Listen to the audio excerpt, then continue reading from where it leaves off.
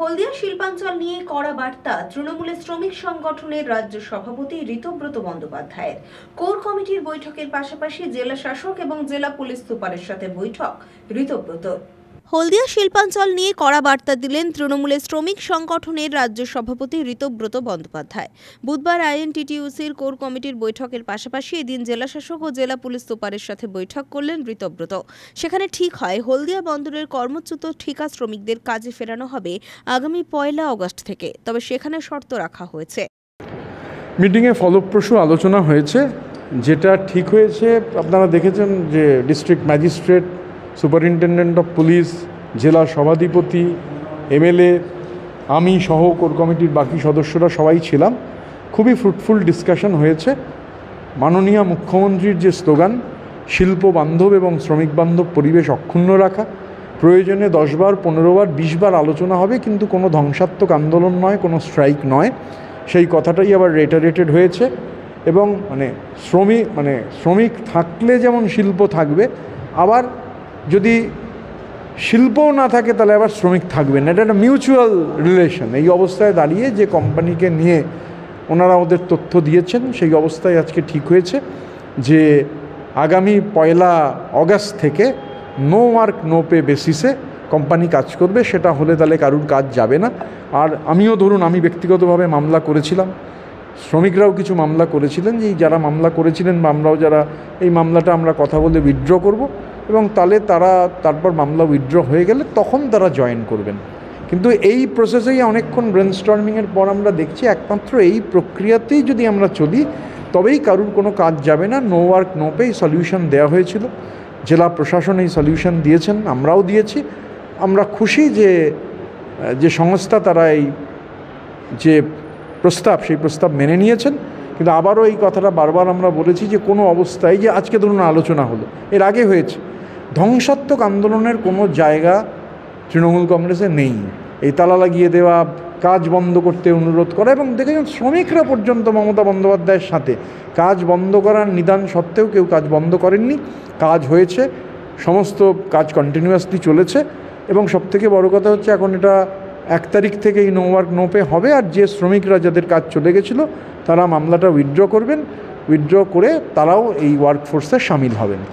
ঋতব্রত বন্দ্যোপাধ্যায় এদিন দাবি করেন, দাবি আদায়ের জন্য কাজ বন্ধ রাখা বা কারো অফিস তালা বন্ধ করে দেওয়া এই সমস্ত বরদাস্ত করা হবে না। সম্প্রতি একটি ভিডিও ভাইরাল হয়েছে, যেখানে দেখা গিয়েছে হলদিয়ার বিধায়ক তাপসী মণ্ডল কাজ বন্ধ রাখার কথা বলছেন। জনপ্রতিনিধিদের এমন আচরণ যে বরদাস্ত করা হবে না, তা এদিন সাফ জানিয়েছেন ঋতব্রত বন্দ্যোপাধ্যায়। সাংগঠনিক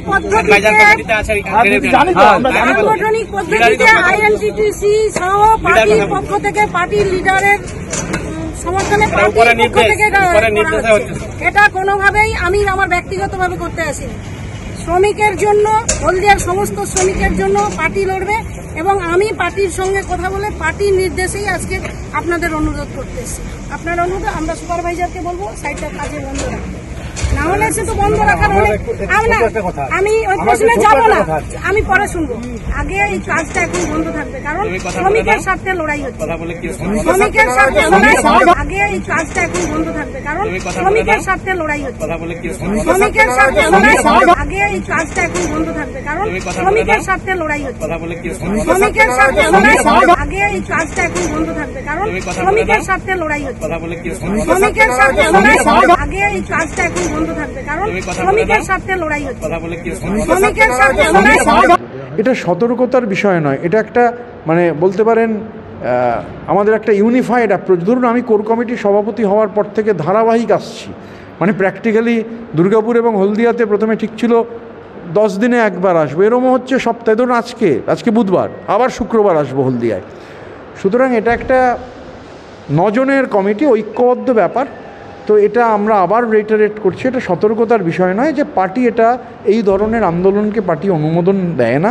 যা হবে আলোচনার টেবিলে হবে। তো আজকে সুষ্ঠুভাবে আলোচনার মধ্যে দিয়ে সমাধানে পৌঁছানো গেল। Man days, man hour, man minute, man সেকেন্ডও নষ্ট করাটা আমাদের সরকারের উদ্দেশ্য নয়।